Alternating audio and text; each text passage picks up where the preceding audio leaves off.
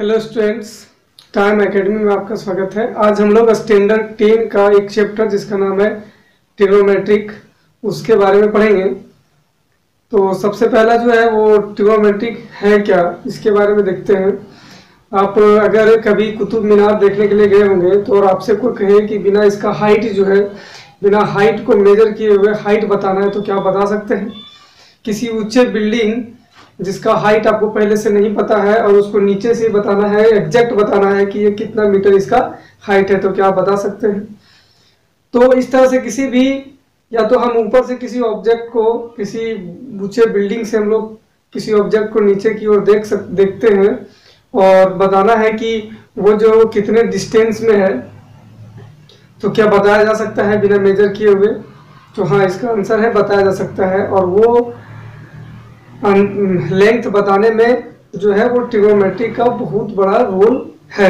आज हम लोग ट्रिग्नोमेट्रिक में उसी के बारे में पढ़ेंगे कि वो जो है किस तरह से हम लोग कैलकुलेट करेंगे। इसके पहले हम लोग कुछ बेसिक कंसेप्ट के बारे में समझेंगे। पहले ट्रिग्नोमेट्री होता क्या है। तो ट्रिग्नोमेट्री जो है वो एक ग्रीक वर्ड से बना है। ट्राई मीन्स होता है थ्री, गोन मतलब होता है साइड्स, और मेट्रोन मतलब होता है मेजर, मतलब जिसमें तीन साइड्स का मेजरमेंट होता है। तो थ्री साइड्स का मेजरमेंट किस में होता है? ट्रायंगल्स में होता है। और ट्रिग्नोमेट्री का यूज हम केवल राइट एंगल ट्रायंगल में ही यूज कर सकते हैं। जैसे कि आप लोग जो है वो पाइथागोरस थ्योरम पढ़ा होगा पहले से ही, ये 7 या 8 से ही रिलेशनशिप स्टार्ट हो जाता है। तो ये जो है इसको आप लोगों ने पढ़ा होगा कि उसमें जो है वो बताया गया है कि relationship between three sides of A right angle triangle, मतलब तीन ट्रायंगल के तीनों साइड के बीच जो रिलेशनशिप होगा उसके बारे में बताया गया है। तो सबसे पहले हम लोग उसी के बारे में चर्चा करें, क्योंकि उसका यूज जो है वो पूरे चैप्टर में है। तो पाइथागोरस थ्योरम जो है, पाइथागोरस थ्योरम वो क्या कहता है? पाइथागोरस थ्योरम, तो पाइथागोरस थ्योरम जो है वो किसी राइट एंगल ट्रायंगल के थ्री साइड्स के बीच जो है वो रिलेशनशिप बताता है कि तीनों में से अगर दो साइड्स का लेंथ पता होगा तो हम तीसरे लेंथ का जो है वो तीसरे साइड का लेंथ को हम लोग फाइंड कर सकते हैं आसानी से। जैसे एक ये राइट एंगल ट्रायंगल है, राइट एंगल ट्रायंगल है, इसमें जो है ये 90 डिग्री है। बी ए बी सी एक राइट एंगल ट्रायंगल है जिसमें बी जो है वो 90 डिग्री है। तो इसमें सबसे पहले हम लोग को साइड्स पहचानना है कि, तो हम लोग जो है 90 डिग्री के अपोजिट साइड को जो है वो हाइपोटेनस कहा जाता है। क्या कहा जाता है? हाइपोटेनस, हाइपोटेनस कहते हैं। इसको स्मॉल एच से डिनोट किया जाता है। और ये जो है परपेंडिकुलर और बेस जो है वो चेंज होते रहता है। आगे हम लोग पता करेंगे कैसे चेंज होता है, लेकिन जनरली हम लोग इसको परपेंडिकुलर लेते हैं, ऊपर वाले को परपेंडिकुलर लेते हैं, परपेंडिकुलर, और नीचे को बेस। इसको स्मॉल बी से डिनोट किया जाता है और इसको स्मॉल पी से। तो पाइथागोरस थ्योरम क्या कहता था कि हाइपोटेनस का स्क्वायर जो होता है वो परपेंडिकुलर के स्क्वायर प्लस बेस के स्क्वायर के इक्वल होता है। H square equal to P square plus B square. तो इसमें से अगर दो साइड कोई भी गिवन हो तो तीसरा साइड हम लोग जो है वो आसानी से फाइंड कर सकते हैं।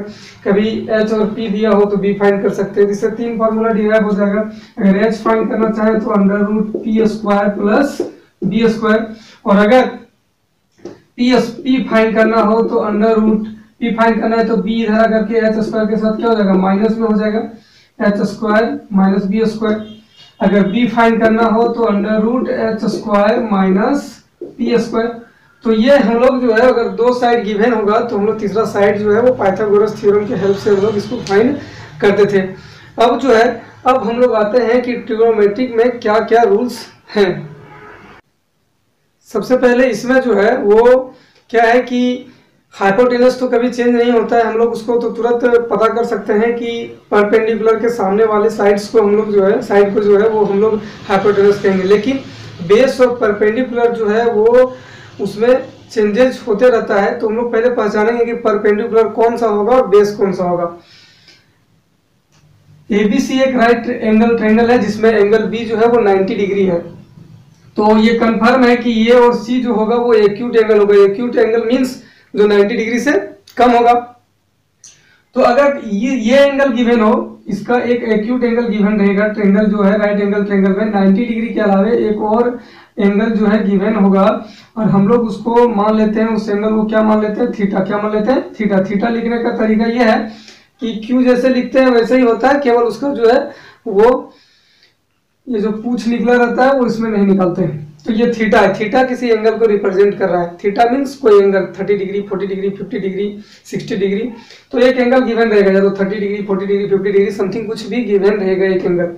अब इसी एंगल के अकॉर्डिंग जो होता है वो जो है साइड्स, परपेंडिकुलर और बेस को हम लोग जो है वो पहचानते हैं, कौन सा बेस होगा और कौन परपेंडिकुलर। तो सबसे पहले 90 डिग्री के सामने वाले को हम लोग क्या कहेंगे, हाइपोटेनस। अब जो है परपेंडिकुलर और बेस कौन सा होगा, यहाँ यहीं पर ध्यान देने वाली बात है। अगर ये आप समझ गए तो ये जो आपका 10th का जो ट्रिग्नोमेट्रिक है इसी पर बेस्ड है। सबसे पहला एक्सरसाइज जो है, सबसे पहला एक्सरसाइज में इसी के बारे में है पूरा।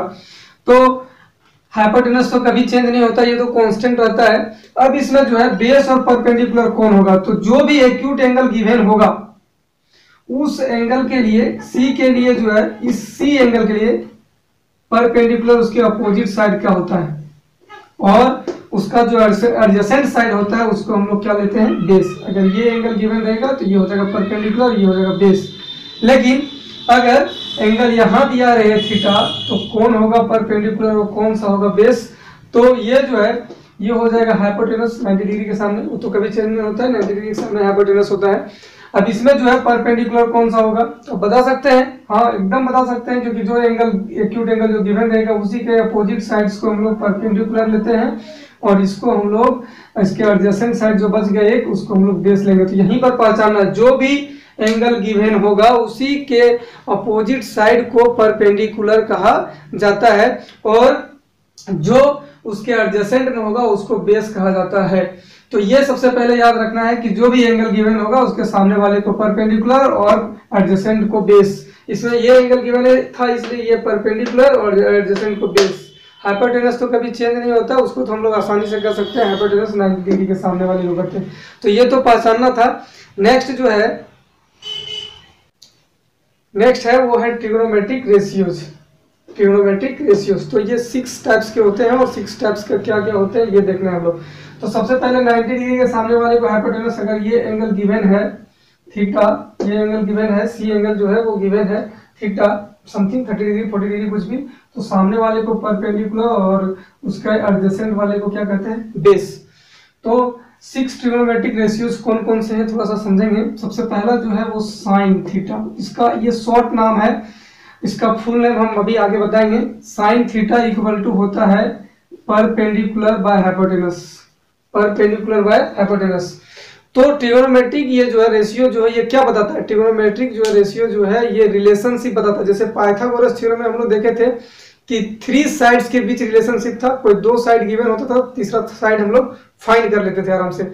उसी तरह से ट्रिग्नोमेट्रिक रेशियो जो है वो बताता है रिलेशनशिप किसके किसके बीच में, एंगल और 2 साइड के बीच में। मतलब एक एंगल और एक acute angle right angle triangle का, और 2 साइड के बीच में। मतलब ये एंगल और 2 साइड में से अगर तीनों में से अगर 2 पता हो तो तीसरा हम लोग आसानी से फाइंड कर सकते हैं। अगर ये दोनों साइड पता होगा तो एंगल फाइंड कर सकते हैं, अगर एक एंगल और एक साइड पता होगा तो दूसरा साइड भी फाइंड कर सकते हैं। यही हेल्प करता है हम लोगों को ट्रिग्नोमेट्रिक रेशियोज। तो साइन थीटा जो होता है वो p बाय क्या होता है, h। उसके बाद सेकेंड नंबर जो आता है वो आता है cos थीटा। तो cos थीटा क्या होता है, तो b बाय h, मतलब base by hypotenuse. Third number जो है वो होता है टेन थीटा। क्या होता है, टेन थीटा। और टेन थीटा क्या होता है, perpendicular by base, p by b। और नेक्स्ट फोर्थ नंबर जो है वो जस्ट रेसिप्रोकल होता है, किसका, साइन थीटा का। तो फोर्थ नंबर कौन सा, कोसेक थीटा। कोसेक थीटा जो है वो किसका रेसिप्रोकल होता है, तो साइन का। तो रेसिप्रोकल मतलब डिनोमिनेटर न्यूमरेटर, न्यूमरेटर जो है वो डिनोमिनेटर में हो जाएगा, तो क्या हो जाएगा, h बाय p। इसी तरह से जो है इसी कोस थीटा का रेसिप्रोकल होता है sec theta, means h by b। और नेक्स्ट है लास्ट वन है वो जो होगा वो कॉट थीटा है। क्या है, cot theta. Cot theta equal to क्या होगा, इसका रेसिप्रोकल, तो बेस बाय परपेंडिकुलर। तो ये 6 रेशियोज हैं। इसी 6 रेशियोज पर जो है आपका एक्सरसाइज जो है वो फर्स्ट एक्सरसाइज कंप्लीट हो जाएगा। ये 6 का 6 रेशियो याद रखना है। और अब याद रखने का जो तरीका है वो क्या है वो देखिए। इसको तो जनरली वैसे 6 तो आसानी से याद हो जाएगा, लेकिन हम लोग देखते हैं जैसे कोडिंग कैसे किया जाता है। कोडिंग करके लोग बहुत सारे, सबका लर्न करने का तरीका अलग अलग है। तो जो कोडिंग किया गया है वो 2 तरीका से। सबसे पहला है कि न्यूमरेटर को क्या कहेंगे, तो इसमें जो 3 पहले देखेंगे जस्ट इसका उल्टा होता है ये 3। तो ये 3 अगर याद हो गया तो 3 के साथ 3 फ्री।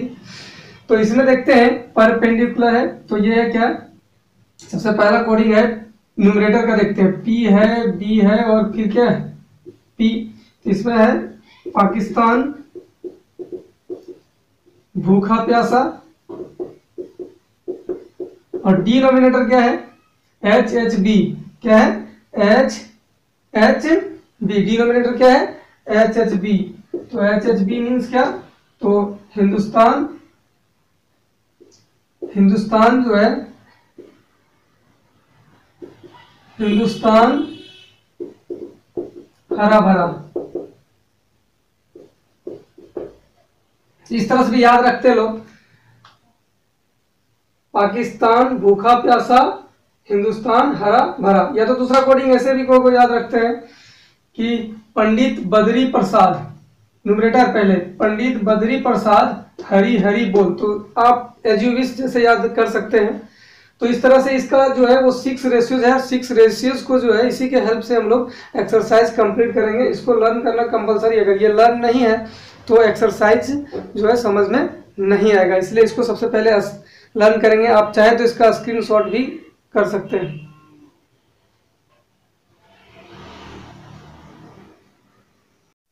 चलिए अब हम लोग एक्सरसाइज में चलते हैं। एक्सरसाइज जो है वो है, उसका नंबर है 8.1। एनसीईआरटी का एक्सरसाइज जो है वो है 8.1। तो उसको हम लोग देखते हैं क्या है क्वेश्चन। सबसे पहला क्वेश्चन है, in triangle ABC right angle at B, AB equal to 24 centimeter, BC equal to 7 centimeter. Determine sin A, cos A, sin C and cos C। तो सबसे पहले हम लोग एक राइट एंगल ट्रायंगल बनाते हैं। A B C ये 90 degree है, क्योंकि बोला था B पर 90 डिग्री, तो B 90 डिग्री पे होगा और बाकी ये और C कहीं भी लिख सकते हैं। तो B पर 90 डिग्री है। अब जो है क्वेश्चन में कह रहा है कि AB इक्वल टू 24 सेंटीमीटर। ये जो है AB 24 सेंटीमीटर है, BC जो है वो 7 सेंटीमीटर है, BC जो है वो 7 सेंटीमीटर है। तो हाइपोटेनस गिवन नहीं है। तो सबसे पहले पाइथागोरस थ्योरम से हम लोग हाइपोटेनस निकाल सकते हैं। तो सॉल्यूशन इसका कैसे करेंगे, हाइपोटेनस पता नहीं है। यूजिंग पाइथागोरस थ्योरम हम लोग पढ़े हैं, हाइपोटेनस का square equal to perpendicular square plus base का स्क्वायर। तो अगर इधर स्क्वायर नहीं लगाते हैं तो ये इधर क्या हो जाएगा अंडर रूट। अब जो है वैल्यू पुट करेंगे तो क्या होगा, P कितना है, तो ये तो परपेंडिकुलर और ये बेस ले सकते हैं। तो क्या हो जाएगा 24 का स्क्वायर प्लस 7 का स्क्वायर। 24 का स्क्वायर 576 प्लस 49 ऐड होगा के जो होगा वो 625। अगर इस किसका स्क्वायर होता है 625, अगर नहीं आता है तो प्राइम फैक्टराइजेशन मेथड से कर लेंगे हम लोग। 5 1 जा 5 2 जा 5 5 जा 5 2 जा 5 5 जा और 5 5।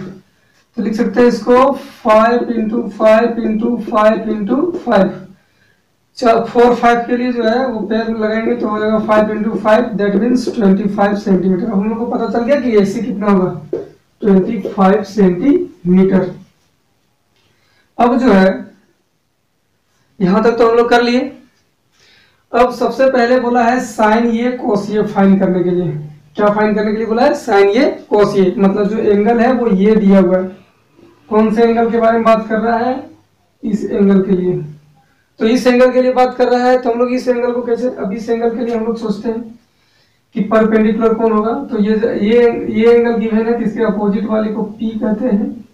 और अगर बात करें बेस का तो एडजेसेंट वाला बेस होगा, तो हाइपोटेनस होता है 90 डिग्री के सामने वाला, तो बेस यही होगा, बस ये तो हम लोग जो है वो डिटेक्ट कर लिए कि कौन होगा परपेंडिकुलर, कौन होगा बेस, कौन होगा हाइपोटेनस।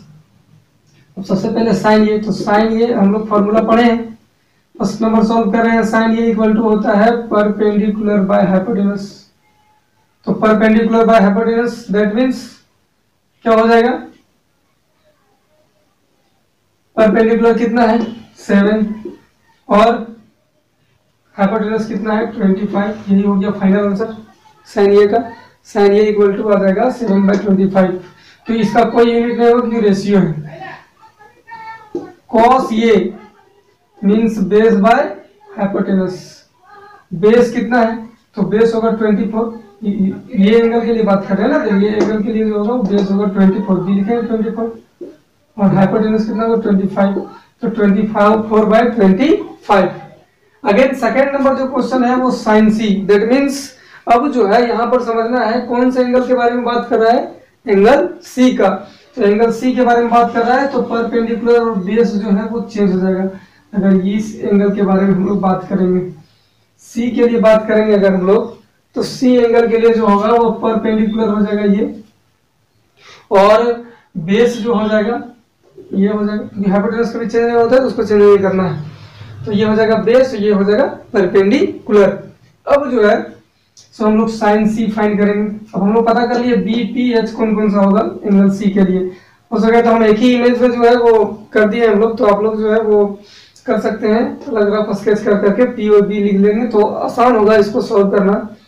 तो साइन सी इक्वल टू हो जाएगा क्या होगा पी बाय एच। इसमें भी फॉर्मूला होता है पी बाय एच। इसके लिए पी कौन है, सी के लिए पी तो ये 24 पी लिख चुके हैं, 24/H25 एंड अगेन जो है वो cos c that means b by h।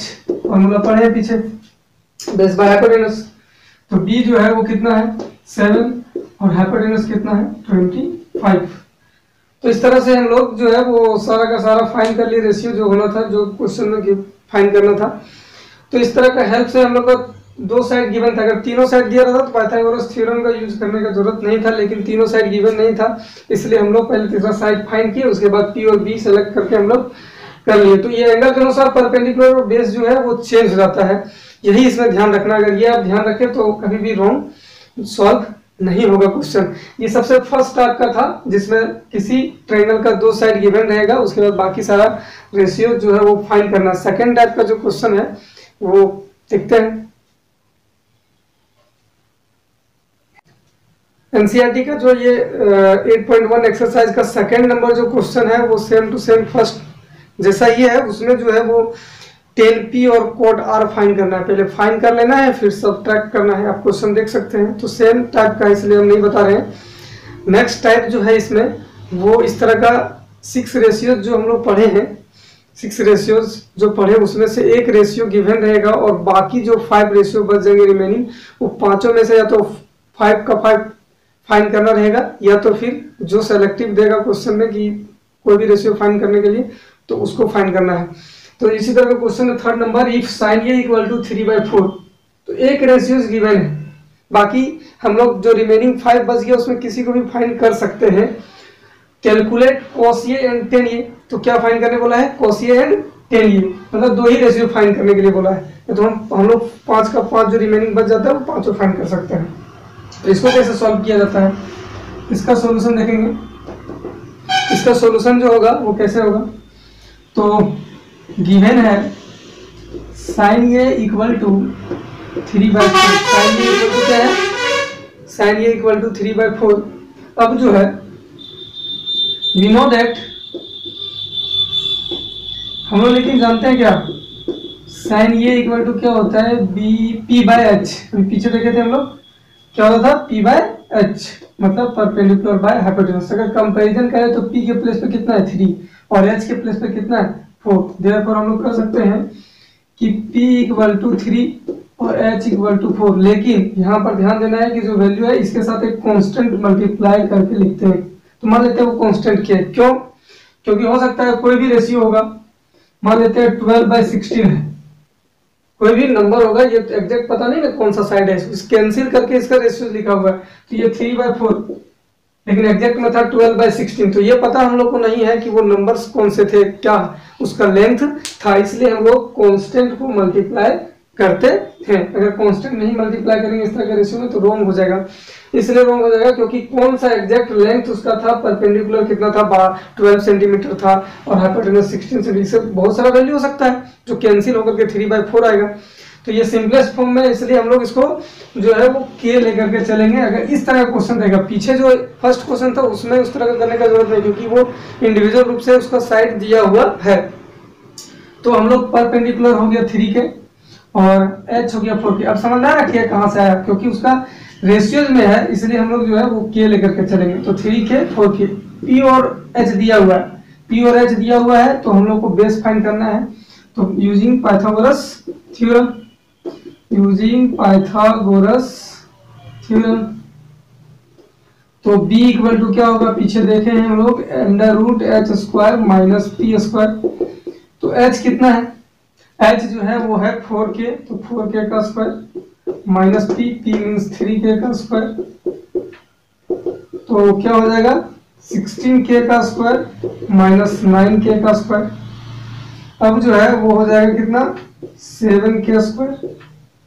तो 7k स्क्वायर हो जाएगा, 7k स्क्वायर हो जाएगा, एक मिनट, 7k का स्क्वायर हो जाएगा मीन्स सब्ट्रैक्ट होने के बाद b बेस इक्वल टू हो जाएगा 7√7k स्क्वायर।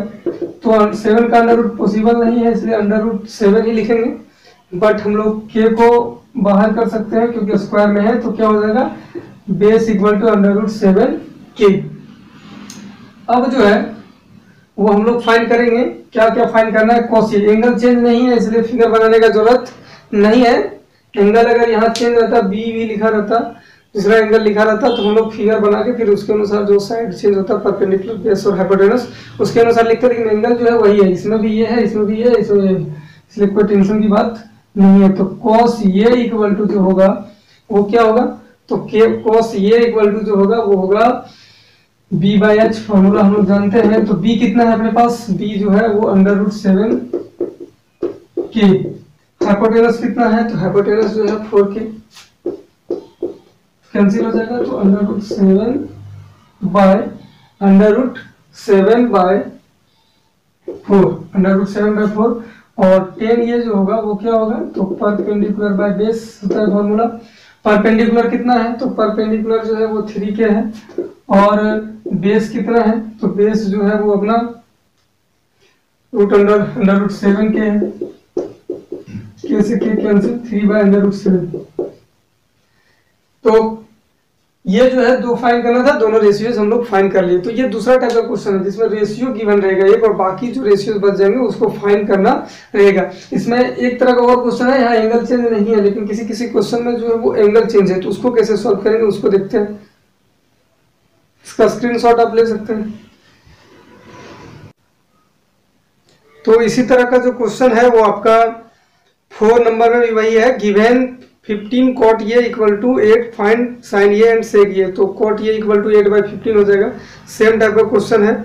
और 5th नंबर क्वेश्चन है sec theta equal to 13/12 calculate all the trigonometric ratios. That means 5th number question में जो है वो सेक दिया हुआ है, सेक जो दिया हुआ है, बाकी जो 5 रेशियोज जो बच गए हैं वो सारे के सारे रेशियोज फाइंड करने। पीछे जो क्वेश्चन में थे वो 2 रेशियोज फाइंड करना था, तो 2 रेशियोज हम लोग फाइंड किए थे।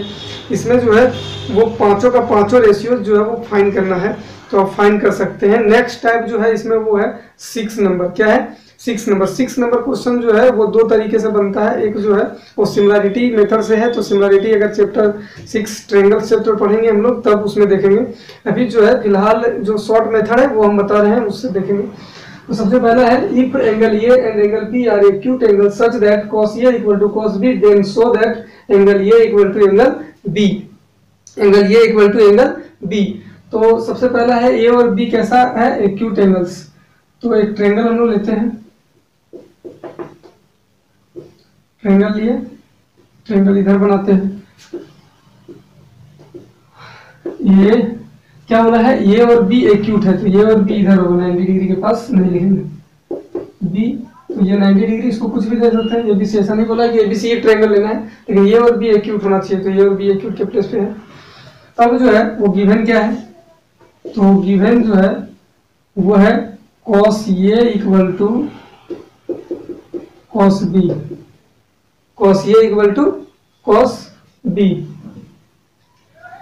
तो cos A जो है, अब जो है वो cos A equal to cos B है। तो cos A मतलब किस एंगल का बात कर रहा है, ये इस एंगल के लिए बात कर रहा है, इसके एंगल के लिए। तो cos का फार्मूला हम लोग जानते हैं, cos theta equal to base by hypotenuse होता है। तो इस एंगल के लिए हाइपोटेनस तो ये भी होगा, ये तो कंफर्म है, दैट मीन्स हाइपोटेनस के प्लस पे ये भी, इस एंगल के लिए हाइपोटेनस यही होगा, तो ये भी हो गया। अब वो इसका जो है वो बेस क्या होगा, इस एंगल के लिए बेस, तो सामने वाला तो परपेंडिकुलर होता है, तो बेस क्या होगा AC, बेस क्या होगा AC, that means cos A equal to होगा AC by AB equal to, अब cos B, तो किस एंगल से बात करेंगे हम लोग, इस एंगल के लिए बात करेंगे, तो इसके लिए हाइपोटेनस तो यही होगा AC, सॉरी AB, इसमें कोई डाउट नहीं है। फिर जो है वो BC क्या होगा, तो इस एंगल का एडजेसेंट एंगल ये साइड यही ना है BC, तो इसलिए BC जो होगा वो बेस होगा, सामने वाला परपेंडिकुलर होता है, तो परपेंडिकुलर से मतलब नहीं क्योंकि बेस बाय हाइपोटेनस चाहिए।